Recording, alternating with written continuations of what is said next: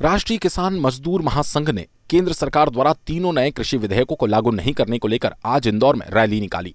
यह rally Khandwa road Tejaji नगर से शुरू हुई, जो कि शहर के चोईथराम सब्जी मंडी राजवाड़ा होते हुए रीगल तिराहे पहुंची।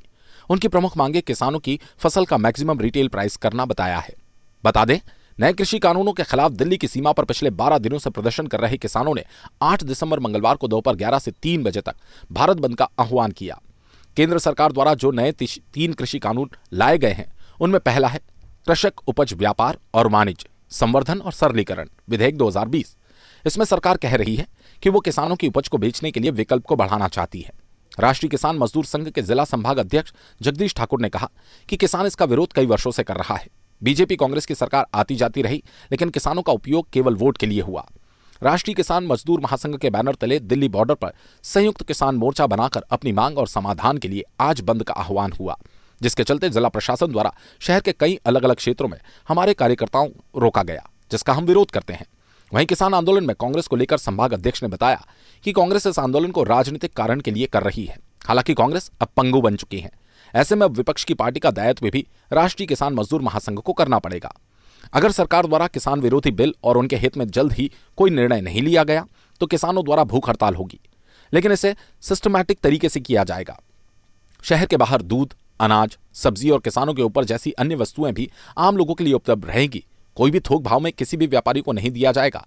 वहीं आम आदमी को लेकर यह सुविधा सरलता से उपलब्ध रहेगी।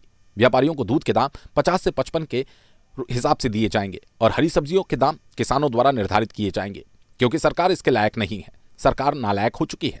वहीं बंद के दौरान कुछ साथी व्यापारियों और किसानों द्वारा अपने व्यापार खुले रखे जाने को लेकर भी संभाग अध्यक्ष ने नाराजगी जाहिर करते हुए कहा कि ऐसे लोगों को भी जल्द सबक सिखाया जाएगा। हमारा यह विरोध पिछले कई सालों से चल रहा है। कांग्रेस की सरकार रही तब से भी चल रहा है, बीजेपी के भी 15 वर्ष हो गए तब से भी चल रहा है। लेकिन सरकारें आती रहती है, जाती रहती है, लेकिन किसानों का उपयोग किया जाता है, वोट के लिए उपयोग किया जाता है, लेकिन उनकी समस्याओं के ऊपर कोई ध्यान नहीं दिया जाता है। इसी को देखकर सभी कांग्रेस और बीजेपी और उनसे नाता तोड़कर सभी किसान राष्ट्रीय किसान मजदूर महासंघ के बैनर तले इकट्ठे होकर अपनी समस्याओं के समाधान के लिए दिल्ली बॉर्डर पर किसान मोर्चा बनाकर, संयुक्त किसान मोर्चा बनाकर अपनी समस्याओं के समाधान के लिए दिल्ली बंद का आह्वान कर डटे हुए हैं। हम सभी लोग इसके पहले वहीं पर 2000 लोग एमपी से गए थे, हम सभी वहां पर उपस्थित थे।